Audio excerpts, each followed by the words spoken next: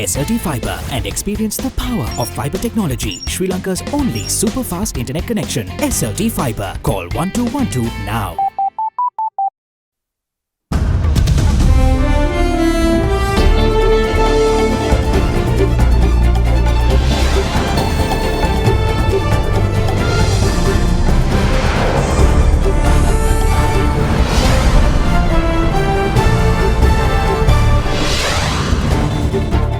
Tonight, a blockbuster episode of PSC. State Minister of Defence frozen out in the lead-up to the Easter attacks. After 16th of December, when the government again was sworn in, were you invited to National Security Council meetings before the Easter attacks? No. Meanwhile, the Prime Minister admits government's responsibility. When there's a breakdown like this in the security apparatus, then we as a government can't run away from it. Ease of getting about. The government hopes to go regional with 3 domestic airports. Permeating stench. Waste pile up in Colombo as a feud between 2 local authorities leaves Aruwakalu's site non-operational. All that and much more coming up on First at 9 this Tuesday, the 6th of August, 2019. From AdaDerana, this is AdaDerana First at 9. මුහුණ සති කීපයකට කලින් Fair and Lovely men ගෑවට පස්සේ Marx අඩු වෙලා ෆෑනස් වැඩි වෙලා. Marx අඩු කරලා ඔයාගේ ෆෑනස් ස්ටෑන්ඩඩ් එක වැඩි කරගන්න. Fair and Lovely men anti-marks cream. Live from Studio 24 in Colombo. Good evening and welcome to First at 9. I'm Dhammika Kanaga. Let's start with your local stories. Today's session of the Parliamentary Select Committee probing the Easter Sunday attacks was the most enthralling to date by far. It also had a blockbuster feeling with the likes of the Prime Minister, State Minister of Defence and 2 former Law and Order Ministers testifying before the committee. State Minister of Defence Ruwan Wijewardena during his testimony raised some valid concerns about the stability of the Minister of Defence, highlighting that 5 secretaries have come and gone since the government came to power. Meanwhile, ex-Law and Order Ministers Ranjit Madhumbandara and Sagala Ratnayaka were quizzed by the committee about the required competency of the subject minister. Yet again, however, it was Prime Minister Ranil Wickremesinghe who had to concede the government's share of responsibility in the entire tragic affair. When you were sworn in as Prime Minister in December 2018, did you check to see when the next National Security Council meeting was being convened? So general practice was for the President's office or Defence Ministry to inform us when the next National Security Council meeting was. So in 2018 until October, how many such meetings? I cannot recollect, but I had about once a month or so. Sometime we didn't have in April, I remember. But it was not a regular meeting? No, these were more like monthly or once in 5 weeks or sometimes once in 3 weeks. But so you said in February you got to know that there had been a meeting of the National Security Council. Did you get to know of the meeting after the meeting or before? After the meeting. So did you check to see why you were not informed of that meeting? In fact, I asked the IGP and he said he was also not informed. This state of affairs came about after what happened on the 26th of October. Yes. Did you not think it necessary to inform the country that the Prime Minister was being not accommodated at the National Security Council meetings? Well, I was not accommodated, but then the National Security Council are not meeting anymore. Did you not inquire from the Defence Secretary who... I remember I did ask him and he said not meeting anymore. I think I discussed it with State Minister also, who said he had not been summoned either. So about the rise of extremism, about Sri Lankan's connection to IS. Did you not think it important to, 1, communicate with the President about that, and 2, keep the country informed about this? Well, actually on the ISIS we had no new information, as I told the chairman. There were meetings regularly. I was informed about the anti-drug drive. The focus has been on drugs. No, so did you not think it important to ask him why he had discontinued with the National Security Council meetings? I didn't ask him that, but I said I want a separate Minister of Law and Order brought in, because I thought that's the best way to deal with the situation. He said he wanted to finish the investigation about that assassination attempt. So constitutional provision, do you concede Prime Minister was that the president could not have the law and order ministry under himself? It had to be a separate subject. The Going- question was what is defense? What is the interpretation given to defense? That's where the... This arose when the 19th Amendment was passed in Parliament. On that day, there were two separate ministries for defense and law and order. Yes, there was, to my recollection. When a transitional provision was accommodated in the 19th Amendment, it only mentioned defense. It did not mention law and order as one that the president could hold. You mentioned defense. Defense, Mahavali and environment. Yes. Yeah. Not law and order. No, there was no separate law and order. So it was under your watch, in a sense, that this reports also, which you said you got from your ministers for law and order, that you got to know that there was a growing action process. We got to know 2014 there had been, but there was also different analysis. One is that they were hot-tempered after the Aludgama incident. But after 2016, you could see a trend coming in, and that was also reported by the, not only by the security angle, but also even by political figures. Kathankudi was like a different country. The ordinary laws, even with regard to traffic, etc., did not obtain in Kathankudi. What action did you take? I had no solid information that the laws and all were not being operated. It was mainly that had been a scent of ISIS type of thinking, and that they were copying some of the ISIS ideology, and they were trying to make some of the buildings look more like than Sri Lankan. There was the demand, I know, in those areas for the Sharia law to be implemented. Coming to the bomb attacks that happened on Easter Sunday, we heard you say that your own security division was not informed of this. Certain ministers and MPs, security details, knew about this. I want to clarify as to whether your security division also got to know before but did not keep you informed. They didn't get to know at all. I questioned them because a few days just before the Sinhala and Tamil New Year, I had been up to Nuwara and I was concerned, and even they were concerned why I had not been. I was moving around freely. IGP also accepted the fact that it had not gone to us. If you look at the letter, nothing that says into the Prime Minister's Security Division. I must also say that if you look at the events of all this, really what happened between 9th April and 21st April. Information, the attack seems to have come and they were discussed on the 9th of April. You generally found that 10th, 11th, 12th, a lot of people, officials, all were out of Colombo because the long Sinhala Tamil New Year holidays. It was not as active as earlier, just for a few days. Are you able to say whether the information that was available on that letter on the 9th of April is something that should have been taken more seriously? Yes, I also say that I should have been informed. Have you asked anyone as to why you were kept in the dark? No one was able to give me a satisfactory explanation.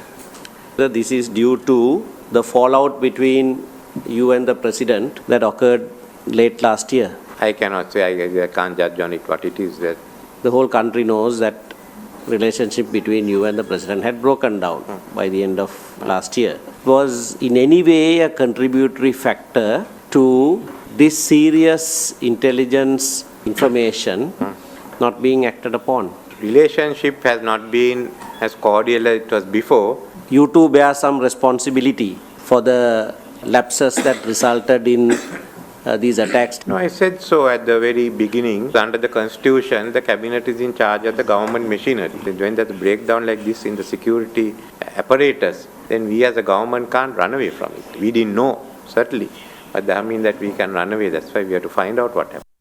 Meanwhile, another ex-Law and Order Minister, Ranjit Madhumabandara, who currently holds the portfolio of Public Administration, Disaster Management and Livestock Development, also testified before the Parliamentary Select Committee today. Chaired Tuesday intelligence coordination meetings, is that correct? I do sit on the head, but it's pretty much conducted by the Secretary of Defence. Were you involved in preparing the agenda? No, I am just told that the meeting is going to be held on such and such a date. Secretary of Defence usually informs my secretary. Were those meetings regularly held every Tuesday? Up until the constitutional crisis, yes. Did you attend most of the meetings? Yes, I did. Yes. You did. There was some matter of concern that was reported in the briefing. What was the kind of decisions you took? Most of those issues, we decide to take it up at the Security Council, where the decision should be made. What you have told us so far is that in the intelligence coordination meetings and at the National Security Council meetings, only discussions were with regard to what was happening in Kathankudi, where two factions clashed, and with regard to those who had gone to Syria and returned, and that there was no other issues discussed in relation to Islamic extremism. The tensions between the communities were discussed, but a terrorist attack or a formation of a terrorist cell or group was not discussed. With regard to radicalization, general radicalization that was happening with Kathankudi as a hub, we have heard evidence that several persons and organizations had also made representations. Did anyone make representations to you with regard to what was happening, feelings of hatred towards others and so on? On a visit to Batiklo once,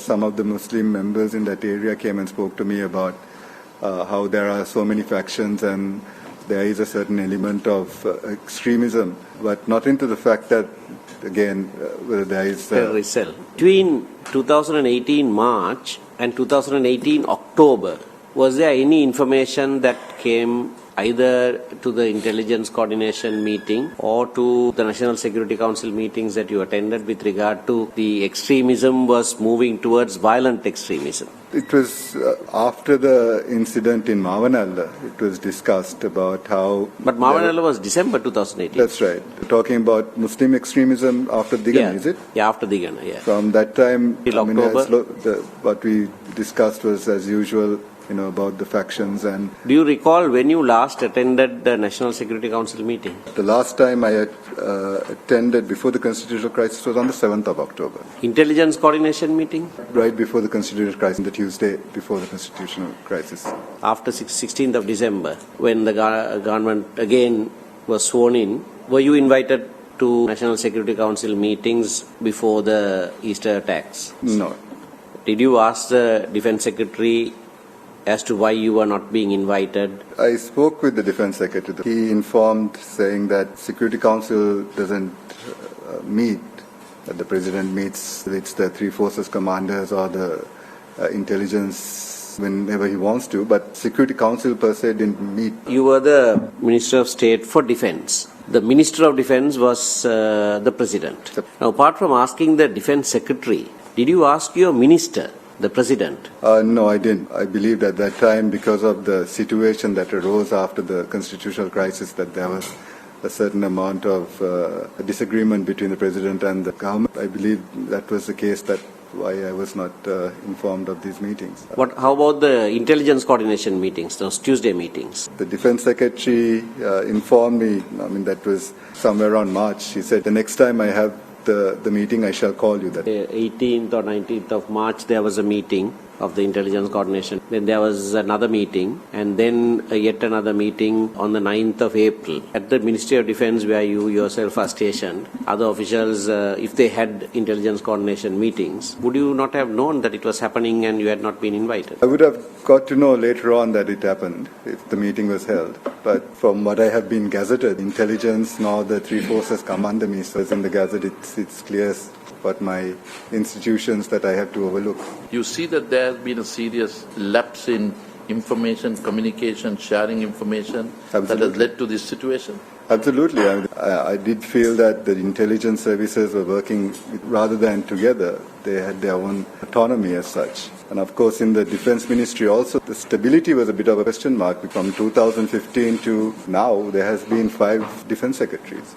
So the stability in the Ministry of Defense is also questionable at the time. We're going to move in for a short break, but don't go away, because 2 ex-law and order ministers' testimony before the PSC coming up.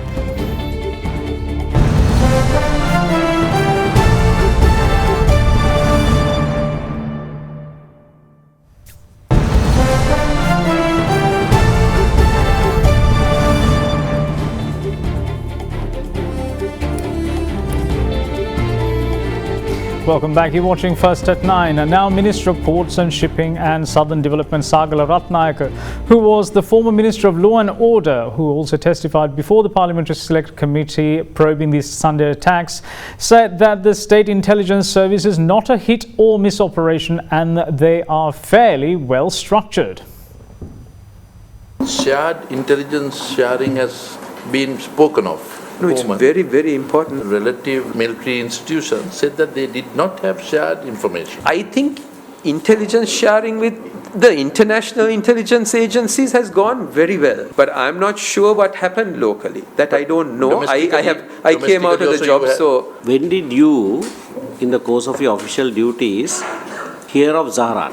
2016, November the 2nd. What was the information that was given to you? Give me some background information on... That information is originated by whom, Minister? This is the Rajabuddhi Sevya. Rajabuddhi. If these matters came to you while you were Minister of Law and Order and SIS did not report to you... Even though they didn't report to me, they gave me the reports. Yeah, while they were not obliged to give these to you, they gave these reports to you. Would you have expected them to have made these reports to their regular reporting authorities? Absolutely.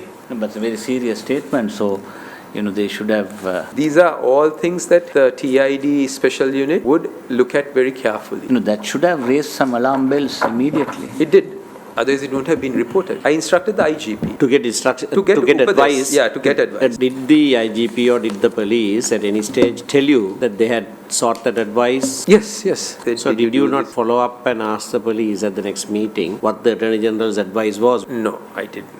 Were you aware that no advice came for one full year before? On a lot of things, there is a delay in advice. But on this issue? Didn't highlight to me as one that had got held up. SIS ප්‍රධානියා මෙහෙට ඇවිල්ලා කිව්වා එයා ජනාධිපතිට වාර්තා කරේ නැහැ විශේෂයෙන් මේ සහරාන් NTJ ගැන. එයා හැමලේම ප්‍රමුඛත්වය දීලා වාර්තා කරේ පොලිස්පතිට සහ ජාතික බුද්ධි ප්‍රධානියට. එවැනි තත්ත්වයක් ඔබතුමා දැක්කේ ඔබතුමා ඒ කාලේ.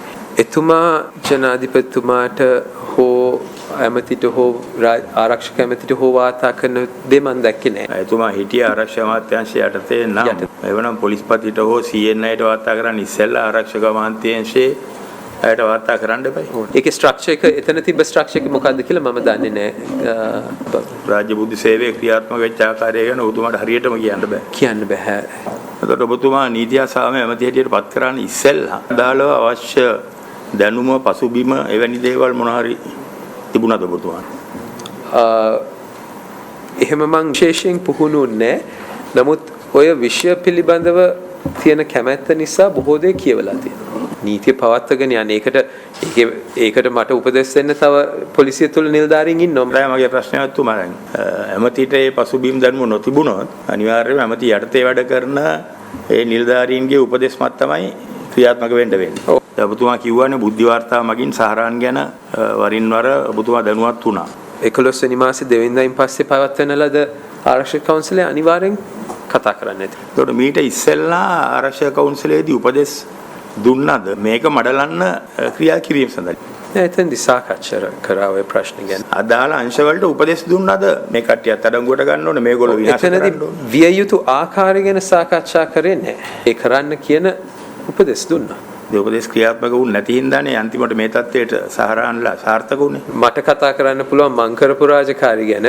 නෑ මේ කතා කරන්නේ ඔබතුමා කරපු රාජකාරිය නෙමෙයි. කොහොම හරි ත්‍රස්තවාදයේ නැවැත්වීම හෝ සහරාන් විනාශ කිරීම සාර්ථකව සිද්ධ වුනේ නැහැ. ප්‍රශ්නේ මට තේරෙන්නේ නැහැ සභාපතිතුමනි. ප්‍රශ්නේ මම නැවත පැහැදිලි කරන්න. මේ වෙච්ච සිද්ධිය වළක්වා ගන්න අපිට බැරි වුණේ ඇයි කියන එක තමයි ප්‍රශ්න. ආරක්ෂාවට අදාළ කට්ටියට බෝම්බේ වැදුනායින් පස්සේ කතා කරලා වැඩක් නැහැ. ඊට ඉස්සෙල්ලා ඉව තියෙන්න ඕනේ.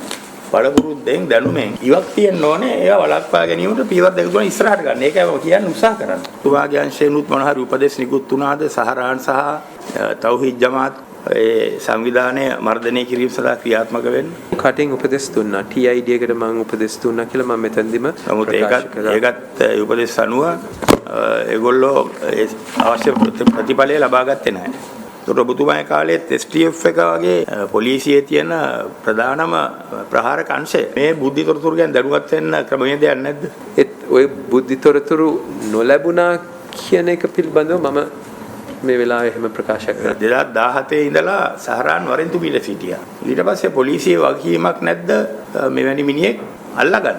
ඒ වගකීම තියෙනවා. ඉතින් මම හිතන්නේ වරෙන්තුකාරයෝ විශාල ප්‍රමාණයක් ඉන්නවා. ඒක කලවම් කරගන්න එපා. නෑ මම කලවම් කරගන්නේ. විශාල ප්‍රමාණයක් පැහැදිලිව මේක ජාතික ආරක්ෂාවට එන ප්‍රශ්නයක්. පොලිසියේ සියලු ශක්තිය යෙදවිය යුතු තිබුණා මේ වැඩේට. Yes. STF is a paramilitary and you use them for those purposes. ත්‍රස්තවාදීන් විරුද්ධ වැඩ කරන්න ඒවට තමයි STF එක හැදුවේ. ත්‍රස්තවාදීන්ට විරුද්ධව සටන් කරන්න. ත්‍රස්තවාදීන් විරුද්ධව හැම වෙලේම වෙඩි තියදී සටන් කරන්නේ නැහැ. සභාපතිතුමේ මෙතනදී එයා ත්‍රස්තවාදියෙක් හැටියට නම් වෙලා තිබෙන්නේ නැහැ. ආගමික අන්තවාදියෙක් හැටියට නම් වෙලා තිබෙන්නේ. In the meantime, another ex-law and order minister, in fact, Ranjit Madduma Bandara, who is currently the Public Administration, Disaster Management and Livestock Development Minister, also testified before the committee. ඔබතුමා පොලිසිය භාර ඇමතිවරයා හැටියට ආරක්ෂක මණ්ඩලයට සහභාගී වුණාද? ආරක්ෂක මණ්ඩලයට කී පොතාවක් මම සහභාගී වුණා. ඒ කියන්නේ මාස 7 ඇතුළත කීයක් තිබුණාද කියලා මතකයක් තියෙනවද? තුන් සැරයක් විතර මම සහභාගීලා තිබුණා. ලබාගත් පළ According to your experience, can you say that there was a shortcoming in our security division?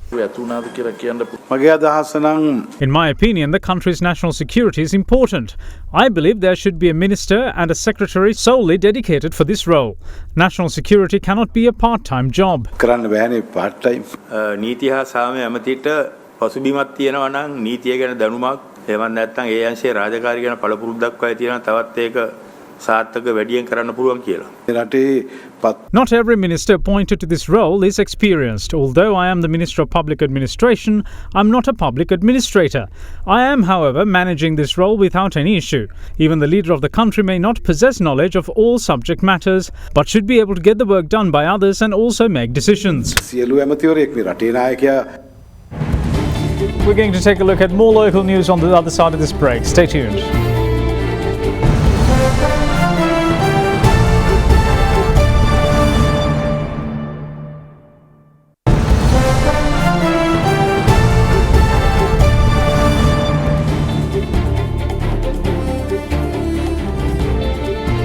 Welcome back. You're watching First at 9. Now the government is planning to transform 3 domestic airports into regional airports, making it easier for the passengers to move about. Minister of Transport and Civil Aviation Arjun Rantungu said Batiklo, Palali and Ratmalana airports will undergo the transformation. Addressing a media briefing today in Colombo on the latest developments of the country's transport and civil aviation sector, the minister also spoke on future projects to be initiated in railways. We are getting Asian Development Bank loan and we have 2 lanes in Kalani Valley trains. We are looking at taking this train track on elevated route rather than going on the ground. Then we have 3 tracks, Colombo, Ragama, but we are going to increase that to 4 tracks. Then Ragama, Veyangoda, we have 2 tracks which will be increased up to 3 tracks. Then Veyangoda, Rambokkana, we are going to develop the 2 tracks we have. And then Colombo, Panadura, we are increasing 1 additional track. From 2, we are going to shift it to 3. Then Panadura, Kalutara and Colombo, Nigambu, both tracks will be upgraded. The minister further noted that steps are being taken to encourage the use of public transportation by purchasing luxury buses. I have already put a cabinet paper to call for EOIs for 2,000 luxury buses. And then low flow buses, we are targeting mainly at the disabled people in the city limits. From the budget, we have been given 1,500 million to purchase buses as well. The Minister of Transport and Civil Aviation also spoke on measures taken to develop the aviation sector. The major development part we are looking at is the BIA second phase, which has been discussing for last so many years. And we stopped that project. We have put up a cabinet paper to restart again. We have already had discussions with the JICA and the Japanese embassy for us to continue this process. We have started developing Palali, looking at the north. A lot of north people travels to South India now that they have the opportunity to travel from there rather than coming towards Colombo. Batiklo, Palali and Ratmalana will be regional airports. One, we are looking at the national security as well. The Air Force is handling most of these airports. Now that they have shifted towards one side, when it comes to Palali, the Air Force is in one side, we are doing the development part on the other side. And even Batiklo, we are looking at working together with the Air Force. Now moving on with other local stories, President Maithripala Sirisena today revealed that he brought a swift end to an attempt designed to give more money for parliamentarians. Addressing an event held in Colombo today, the head of state said, or more like insisted, that the sums of money already given to parliamentarians are more than sufficient. A function was held today to hand over a set of recommendations prepared by religious leaders which political parties are urged to adhere to when nominating candidates for elections. The event was held at the BMICH with the participation of President Maithripala Sirisena, Prime Minister Ranil Wickremesinghe, Opposition Leader Mahinda Rajapaksa, various politicians and religious leaders.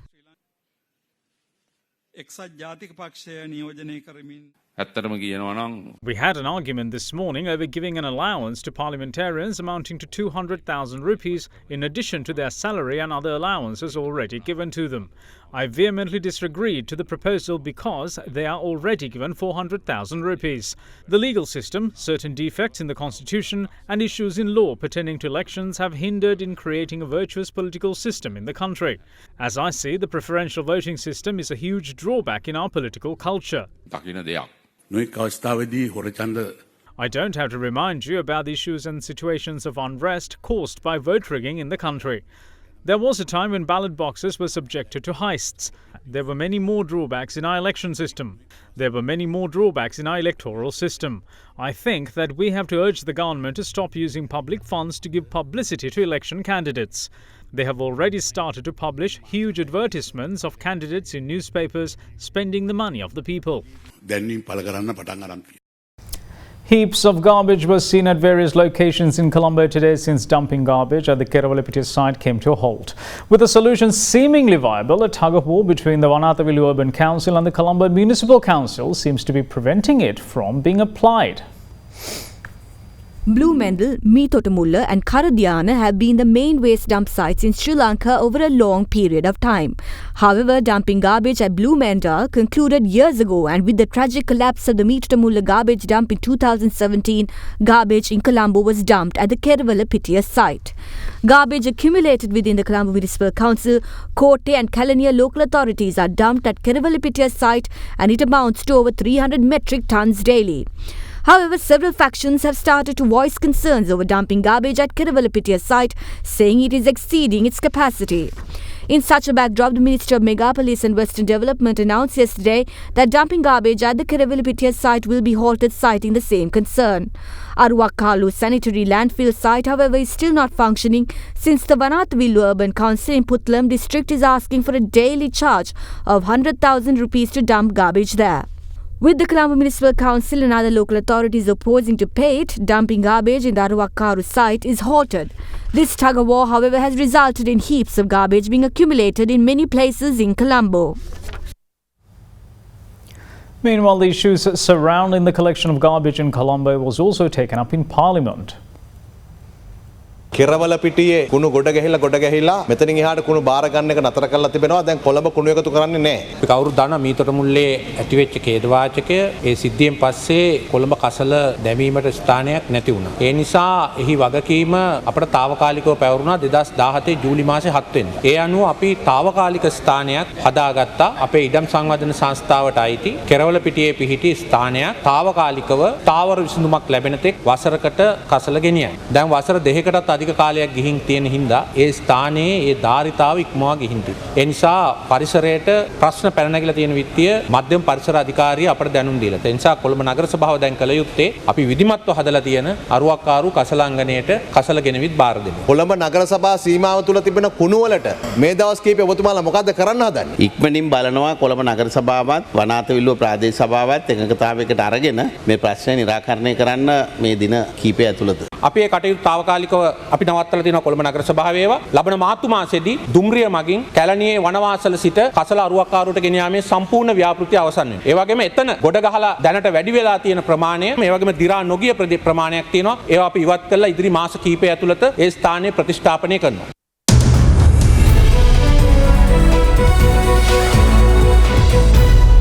Now, Cabinet has approved the amendment draft bills on nation building tax and value added tax proposed by Finance Minister Mangala Samaravira in his budget 2019. According to a communique by the Ministry of Finance today, the revision will see hotels, guest houses and restaurants which receive payment in foreign currency through local commercial banks exempted from nation building tax. Meanwhile, importation of yachts and other vessels for recreation or sport will also be exempted from nation building tax. In addition, this tax concession will also be given to the importers of unprocessed gems as well as for palm oil manufactured locally out of imported crude palm oil. The Finance Ministry added that considering the request of taxpayers, the VAT payment date will be changed to the 20th day of the month. Meanwhile, the existing VAT on the supply of condominium housing units has also been amended. Accordingly, VAT will not be charged from housing projects which sell housing units that are sold below 25 million rupees each. In addition, locally produced rice bran oil manufactured out of locally produced red rice will also be exempted from VAT. All these amendments, once drafted by the legal draftsman, will be presented in Parliament for approval in September.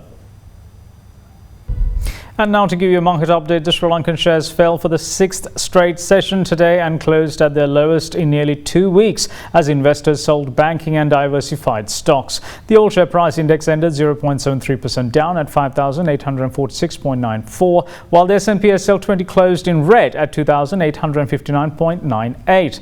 Turnover was 546.2 million rupees, less than this year's daily average of around 639.7 million rupees so far. We now have a brief report on today's market performance.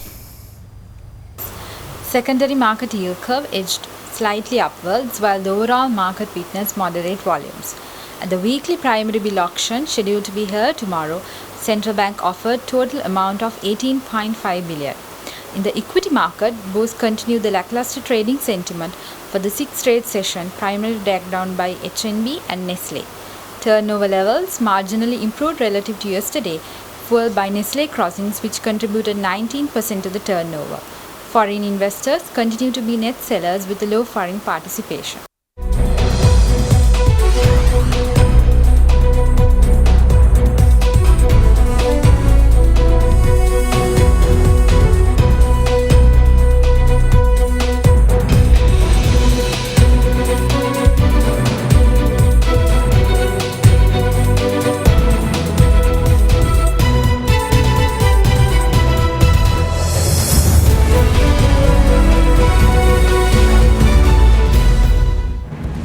And that's it from all of us here at First at 9. Thanks for watching. Bye-bye.